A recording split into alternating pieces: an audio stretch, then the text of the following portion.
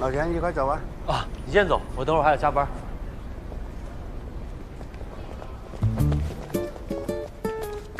你跑这儿来干什么？私自查案违反纪律，你知不知道啊？你不是也来了吗？我看你上机场大巴就知道，肯定没好事儿。那你不查，还不能让我查了？师傅跟你说的话耳旁风是不是？跟你说多少遍了，咱没有权利查别人。我这算偶遇。说这话你自己信吗？还偶遇了？我问你，就算你拦住钱盛开，你想干什么？威逼利诱啊？当然不是，我会动之以情，晓之以理，让他开口。首先，如果你主动盘问他的话，就是违反纪律。其次，就算你能这么做，你不觉得这么做很小儿科吗？有哪个犯罪嫌疑人会听你的？还动之以情，晓之以理？那警察、公安还取什么证啊？查什么案呢？那如果是他送上门来，不打自招，这不算违反纪律吧？哎，师傅，你去跟着他，我去就来。你回来！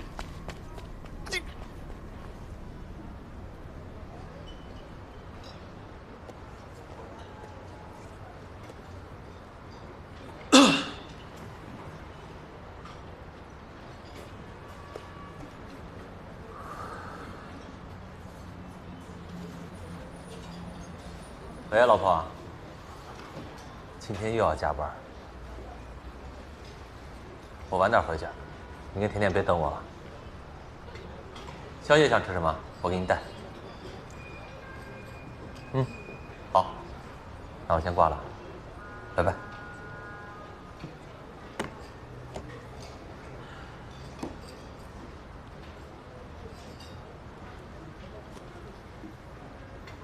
您好，您拨打的号码是空号，请核对后再拨。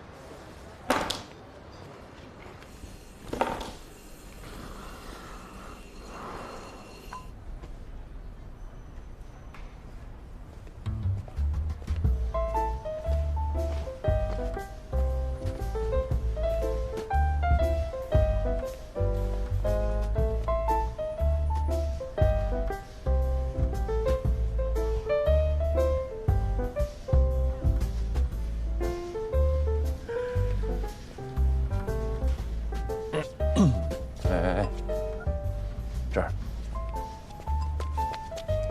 师傅，是我。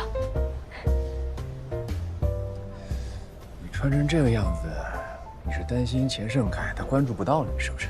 我就是故意要让他关注到我。他人呢？不知道。我不是让你跟着他吗？师傅，你少叫我师傅。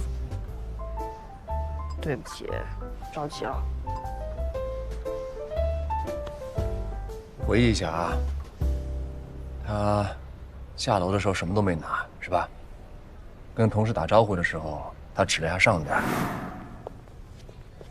潜台词的意思就是说他马上回来，所以我觉得他就是去吃个饭，吃完饭马上回来。你这一点没有关注到吗？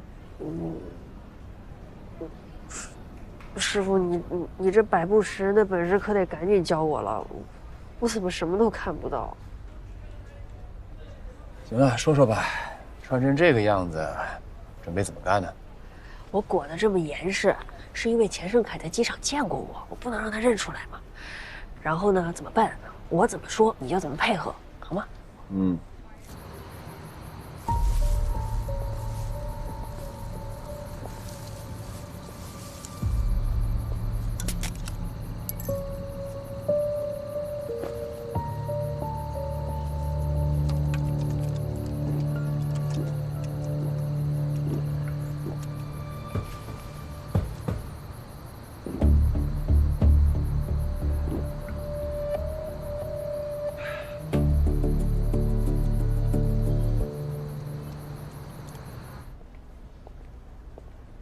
来了。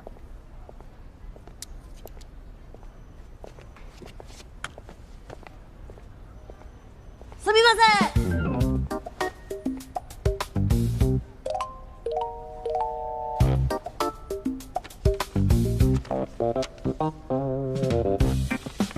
然后指一下。好。看到我了，我就是一寸镜子，我还可以继续鞠躬，90度鞠躬，可以。行了行了，走走走。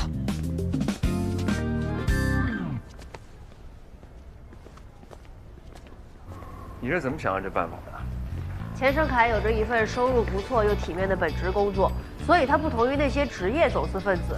他这次失手后，内心肯定是相当焦虑甚至恐慌的。而且我记得当时在旅客检查室外，他应该是见过西村镜子的。就算他听不懂日语，他也一定看见了那个基因样本盒。那么他就基本上明白，这个日本女人跟他干的是同一件事儿。所以我故意让他看见一个说日语的女人和你在一起。如果他想证实自己是不是会被卷入后续的案件调查中，没有别的办法，他只能来找我们。你就这么肯定？也不是，但是来都来了，不吓唬他一下，岂不是白跑一趟吗？再次重申，违反纪律擅自行动，没有下一次，记住了吗？是，师傅。上车。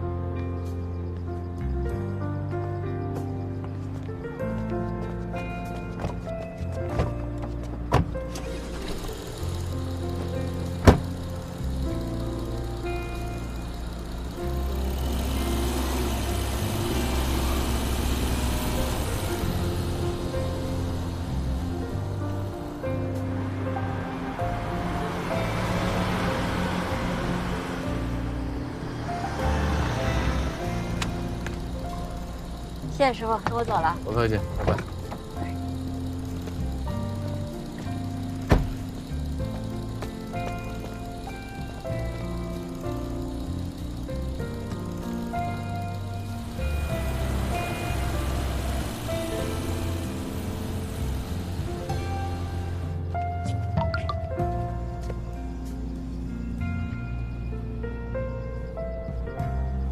谢谢师傅。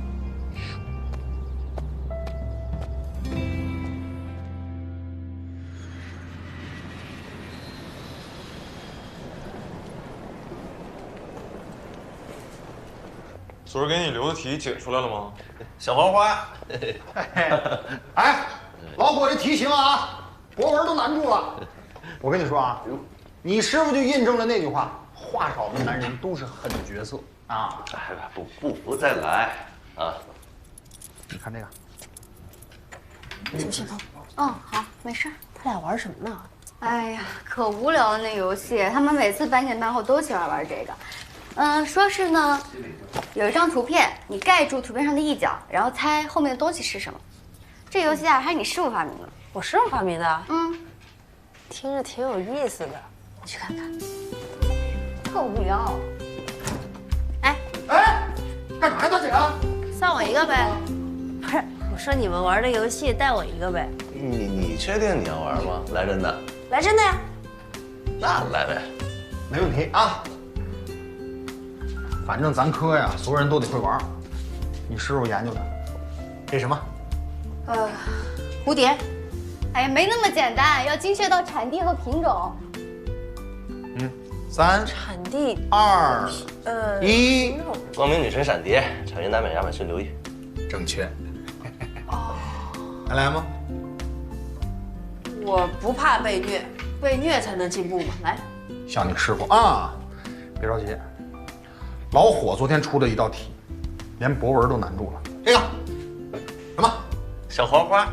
什么？快说月季不是玫瑰黄师傅什么玫瑰？伊豆舞女产自日本。伊豆舞女产自日本。哎，果壳不带你这样的啊，作弊没法玩。徒弟太弱了，没办法。郭科就是怕咱你好，李简一科。千里迢迢跑这解围来哦，找郭科啊？你师傅就是这样，对你呢凶巴巴的，但是私底下一有外人，哎呀，老糊涂郭科，死了。你电话。哦，来了。看这个，这什么？这个是香蕉树。哦，对我刚想说就是。您好，我是郭松。哎，刚想说，这巴西钱先生，您有话跟我说啊？现在吗？好，机场咖啡厅，一会儿见，拜拜。被你猜中了，钱盛凯来了。真是他呀！师傅，等等我。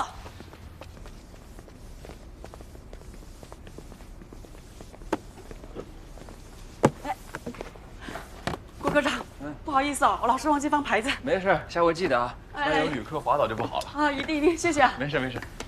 郭科，哎，辛苦了。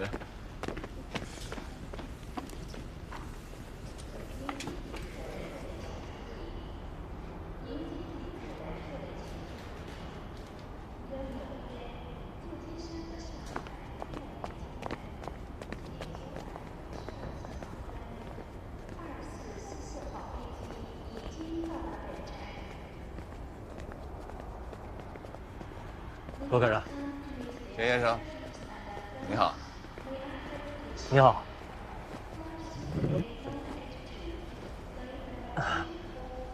郭科长，冒昧打扰二位了。我是想问一下，上次那个外籍女人，你们是不是也放了？钱先生，您这个问题啊，涉及到海关办案，所以不能透露。啊，是这样。前2天我在外面好像看见他了，跟他在一起那个人，跟您还有点像。郭科，他说的是不是就是那个？张宇，海关办案进度不能跟外人说，你不知道吗？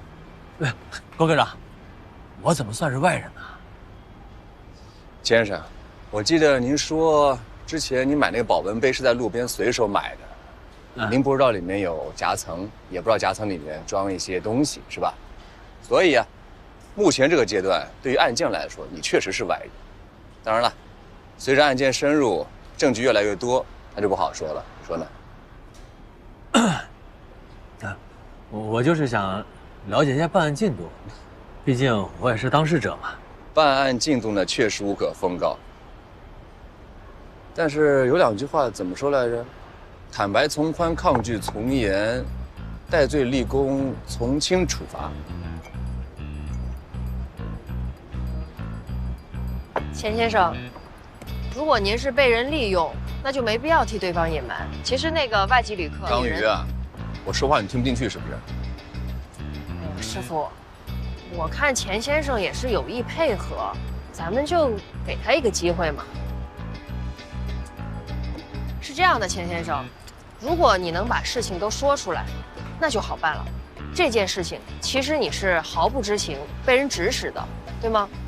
我看您的生活也算是衣食无忧，为什么非得去带货呢？这背后肯定有苦衷吧？您是不是被人要挟了呀？其实您也是受害者，对吧？对，郭科长，我也是受害者，我都是被逼的。是。都说中产死于投资，我就是个典型的例子。我这一路本来走得挺顺的，可谁不想多挣点钱，给家人更好的生活呢？是不是？3月份的时候，一个朋友让我投资一个跟区块链有关的项目，我一开始投的不多，后来每期都能按时收到利息，我就把所有积蓄都投进去了，还跟朋友借了钱。可谁知道到5月份的时候，这个项目就无影无踪了。我欠了一屁股的债，还不敢跟老婆说。每天我就想着，怎么能尽快把这个窟窿给填上。让你带货那个人跟你的债主有什么关系啊？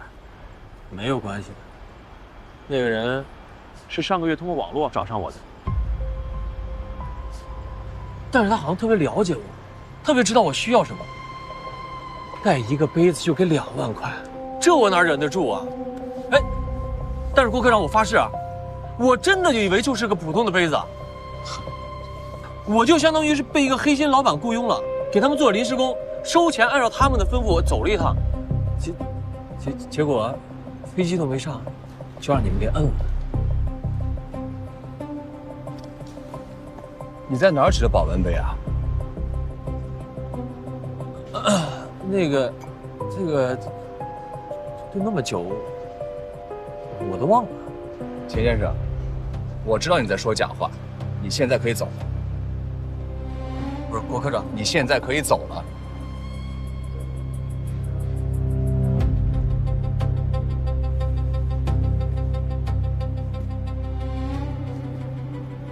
先生，你还要继续赌下去吗？你说什么？你为了获得暴利投资区块链，不惜用整个身家去赌。你明知道带一个杯子就能拿2万块这事儿不正常，但你还是赌你能安然过关。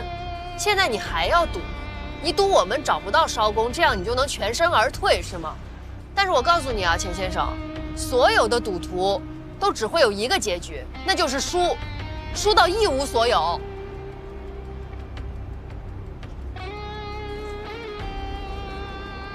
郭科长，是不是只要我说了，就真的能平安无事？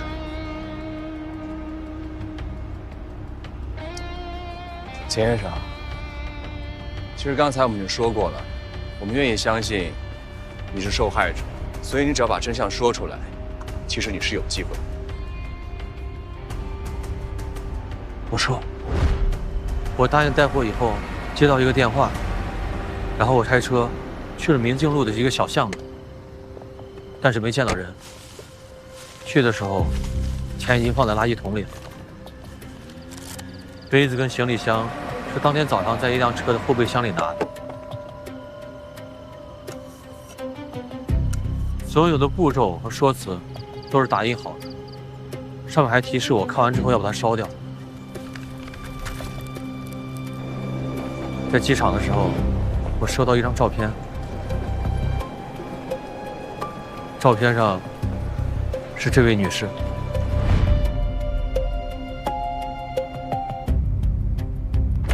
西村静子和钱盛凯一样，完全没有见过自己的上线，他们是被一步一步指引进入这个局的。还有章鱼，第一天上班就被偷拍了，在很短时间之内，他的照片都被走私集团看见并且利用，说明我们周围有走私团伙安插的线人。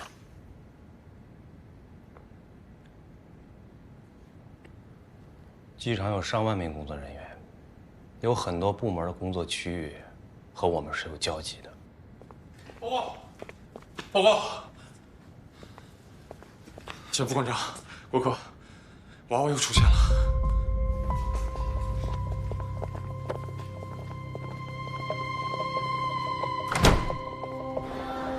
来，大家安静一下啊，配合一下，不要在这堵着，好不好？来，啊，可以了。我刚才就在这里，正准备洗手啊！你们机场那个保洁也是的，那个洗手液没有了，也不赶紧加回去的。还有那个娃娃就在那个垃圾桶上面放着啊！我以为谁家小孩子贪玩放到上面了吧，我就去一看，哎呦，那个娃娃长得老恐怖的，你晓得吧？你说现在啊，这个设计玩具的这个人，这个脑袋是不是瓦特掉了呀？啊，给小孩子抱的玩具，你设计那么可怕干什么呀？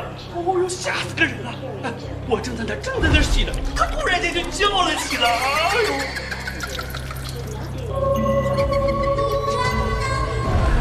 这也就是我这个人身体素质好的很，知道吧？你要是换做别人啊，身体素质不好，心脏不好，有什么高血压，那直接就嘣就倒下去了。机场都要担责任的，你晓得吧？啊，对不起，这位先生，我问一下，那娃娃是怎么叫的？那个娃娃，哎，那个娃娃像是一阵诡异的笑声啊，就跟那个恐怖的电影里面那个一样啊。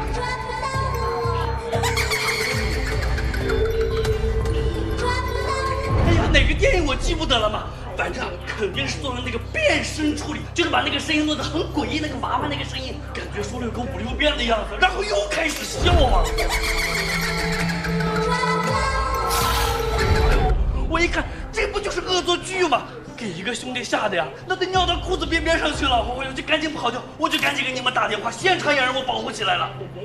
哎，我看你们都是戴大檐帽的，这个娃娃不会是冲你们来的吧？我跟你讲过，那个额外大片我都看过的，那个片子里面，哎呀，这和今天的航班没有关系吧？这个娃娃不会影响今天的航班吧？我赶时间的呀！这位先生，请不用惊慌，没有根据的事情呢，也请不要随意猜测。航班的飞行安全问题啊，也不用担心。还有，关于今天的事件，也请您替我们保密。是，哎，那我拍下来发到网上去了，这，好多人都拍下来了嘛。那请配合我们工作，尽快删除吧。哎，同志您好，我是机场海关沈学军，我能方便看一下那个娃娃吗？好，谢谢啊。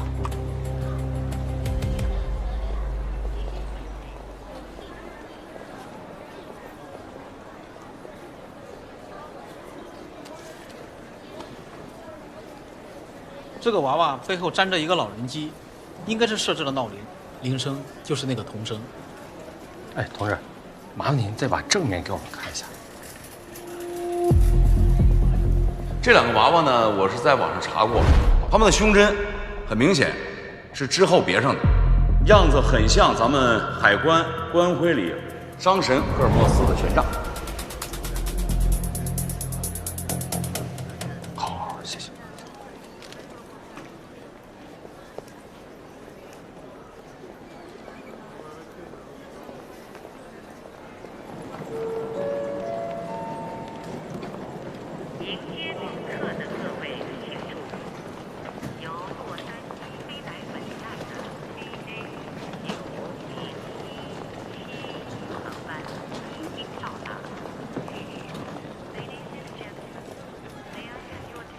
松子，你现在担心就不是担心了。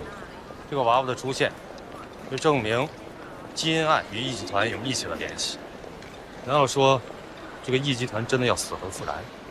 我也有些疑惑啊。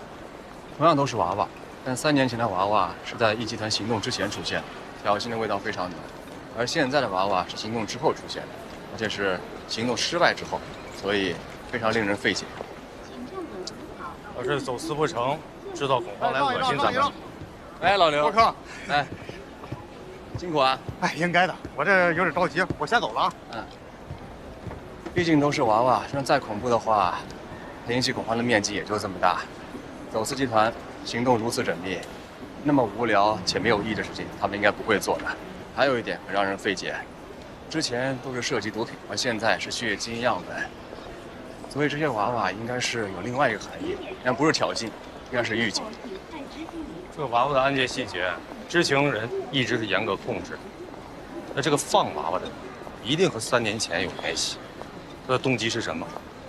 你刚才的预警很有意思，预警什么？不管怎么样吧，这个基因案本被我们截获。那么，这个走私团伙呢，就不会轻易的偃旗息鼓。还是那句话，只要我们守住这个门，一不变应万变。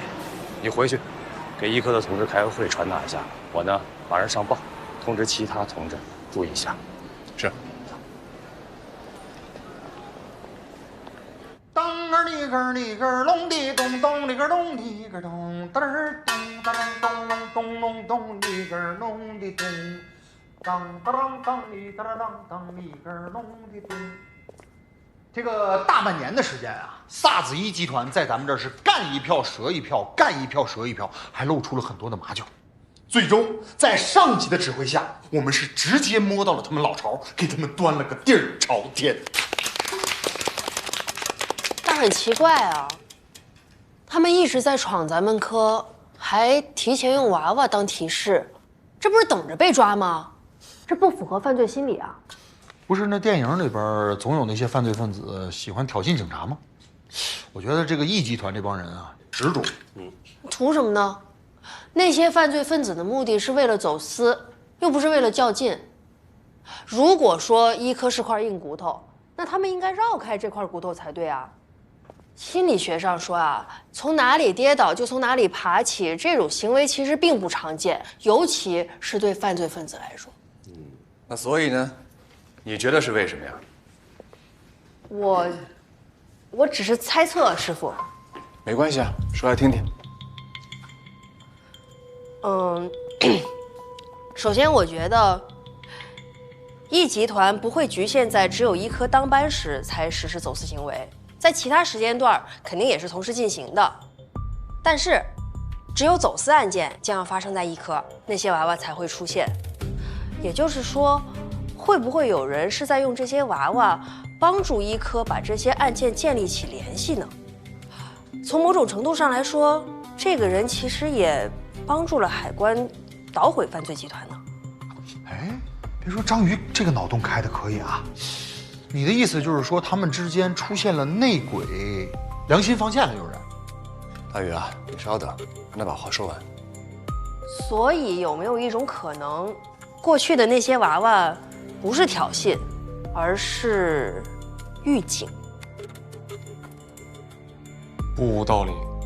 哎呦，老伙，你这话说了跟没说一样。张瑜说的确实有道理。是啊，我师傅之前也有类似的推测。当年易集团被抓获的那些骨干成员，也只是知道娃娃的事儿，但没人知道娃娃的出处。3年前，易集团首领萨子一的每一次行动都被娃娃点了炮，后来无路可逃才畏罪自杀，所以他肯定不是放娃娃的人。这个娃娃多少有针对萨子一的嫌疑。那这个放娃娃的隐形人到底是谁？是敌是友，也不清楚。那么今天这个娃娃又出现了，会不会是这个人再次向咱们发出预警呢？事后警示没有意义。事后，哎，对呀，事后，咱所有人跳出来看，别陷进去啊！有没有这么一种可能，就是还有另外一个人跟咱们一样，也是事后知道的基因案，然后才放的娃娃？这说明什么？他无法获知犯罪具体时间，所以他很有可能不是这个团伙的人。但他又想搞掉这个团伙，所以他想利用娃娃来引起我们的注意。所以，综上所述，我觉得这个人，他很有可能想黑吃黑，不无道理。哎，老伙，这次咱想到点儿上了啊！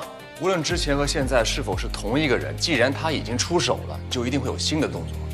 大家做好准备，10分钟之后开会。好。师傅，咱们怎么查？我觉得你是不是来错地方了？你该去当侦探。当梆啷梆梆。以为我不想。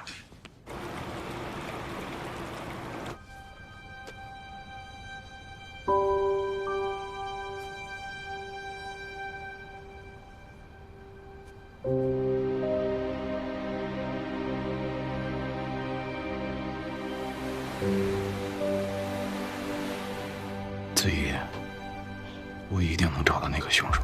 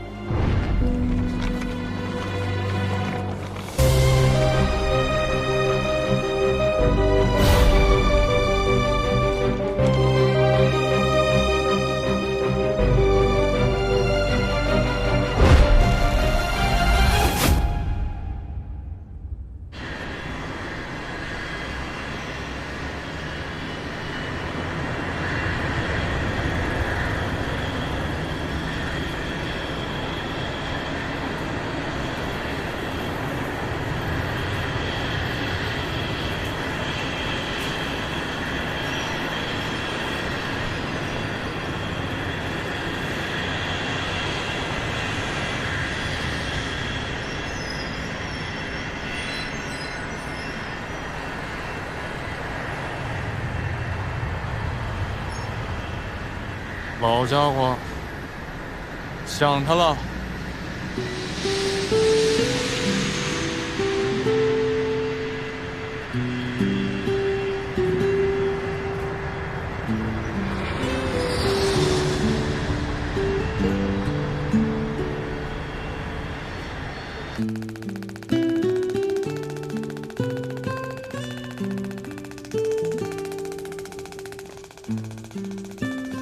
哎，疼，这疼，这疼，这是有点疼。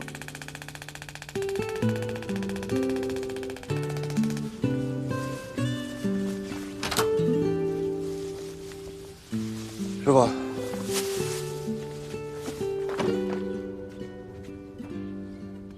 怎么了，大夫？我跟你商量个事儿啊，就是那枪咱能不打吗？怎么了？疼，可疼了。行，不打了。哎，谢谢啊。那好，你们聊，我先去给其他老人做调理。谢谢你。谢谢啊。好，不客气。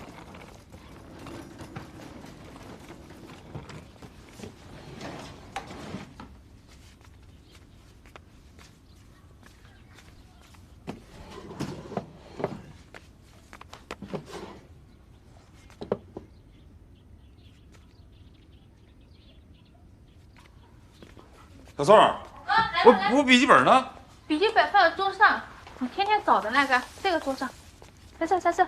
哎，我记得我放抽屉里了。哎，是这个吧？啊，对。哦，那我去拿了。好嘞。啊。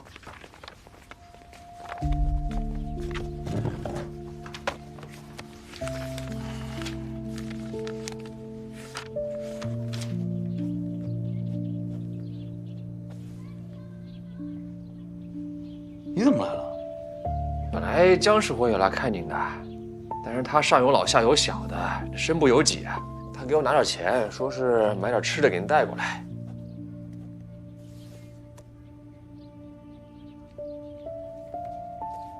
姜是我同学，不是上课的吗？你是不是又逃课了？没有。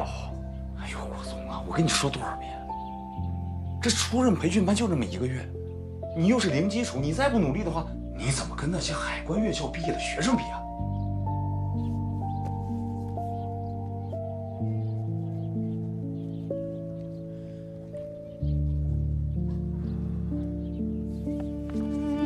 报告，中队，说。今儿周日，您忘了，搞错时间了。哎呀，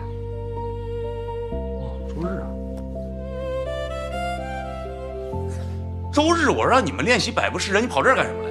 这不好久没见您了吗？想看看您呀，想您了呗。想我干什么？我这很快就回去了。再不回去，沈月就是疯了。他可管不了你们这帮皮猴。皮猴，哎呀，这皮猴多加锻炼，也能成为火眼金睛的孙悟空，是不是？不是啊。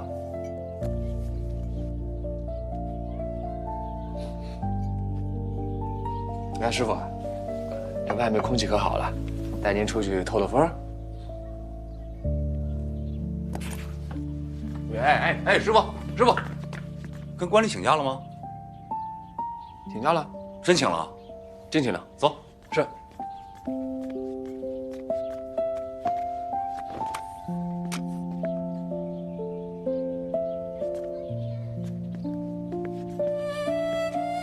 这边。哎，师傅。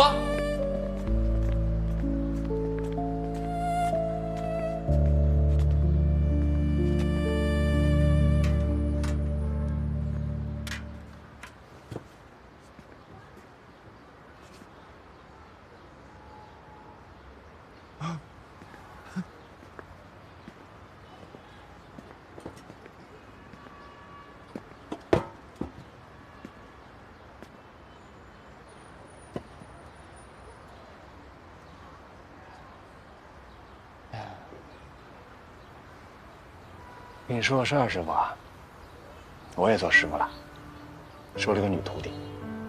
您说我哪会带什么徒弟啊？我只跟过您一个师傅。您这铁血风格，我带个小子还行，这女孩子，这个轻重缓急的，我也把握不好这个分寸呢。新来的。对，新来的。哎呀，是个好苗子啊，学心理学出身的，比我强多了。我也不知道您还记不记得萨子怡。前2天关里出了个案子，跟当年萨子怡的犯罪方式非常相似，也是弄了一大堆烟雾弹。不过您放心，我都抓住了。那个娃娃又出现了。娃娃什么娃娃？抓住了吗？抓住了，一定要抓住他。冯子，你马上要成为一名中国海关，一名国门卫士。师傅对你的要求就是忠诚、干净、有担当，明白吗？明白，师傅。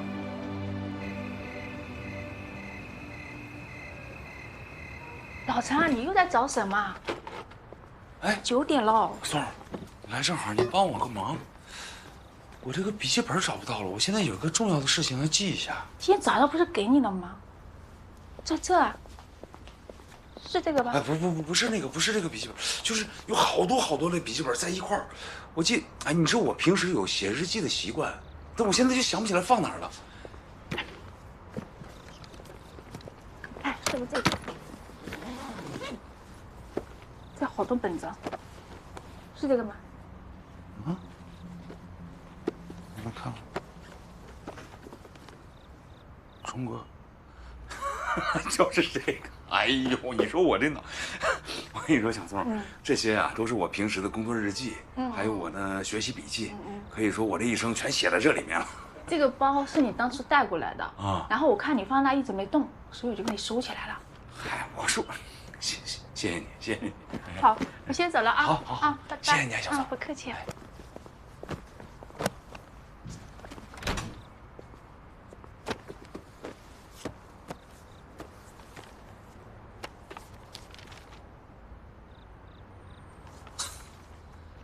辽阳西。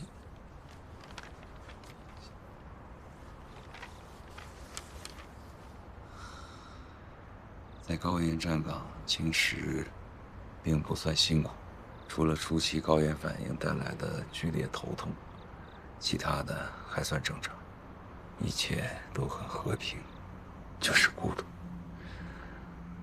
有一只秃鹫时不常会飞来，停在附近的岩石上看着我。你看你。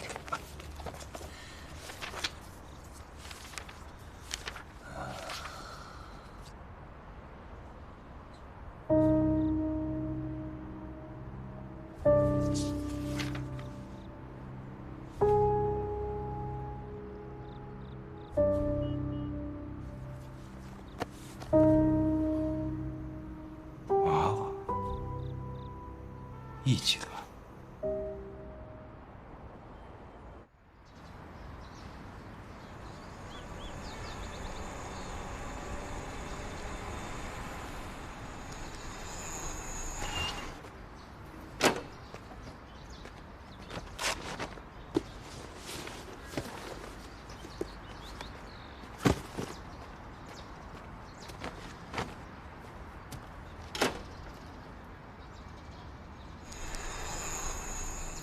哎，老秦，哎，那个教官的快递呢？啊，在那个快递桌上。哦，什么人送过来的？一个快递小哥。好嘞。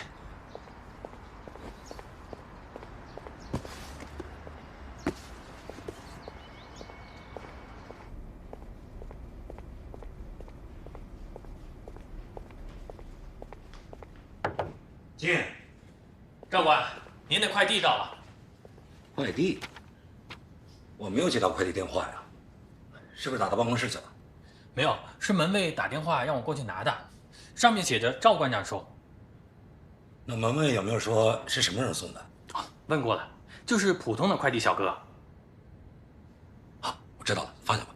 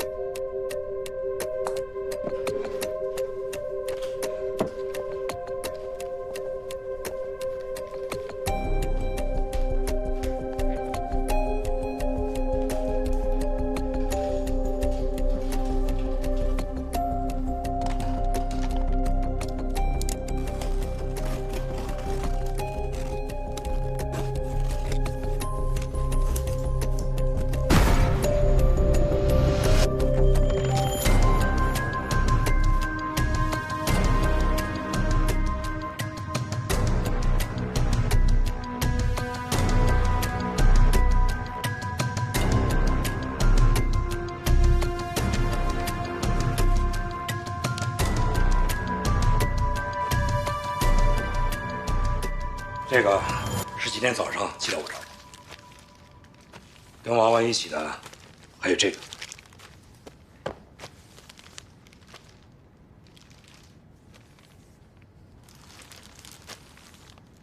教官，这是不是又是恶作剧啊？咱们海关每年接收的这个虚假信息可不少。但是今天凌晨，咱们海关的确是收到了国际刑警的线报，说是会有走私分子携带新型毒品搭乘 KM997航班抵达滨海。老陈啊，这个航班在你班上，你得盯住了。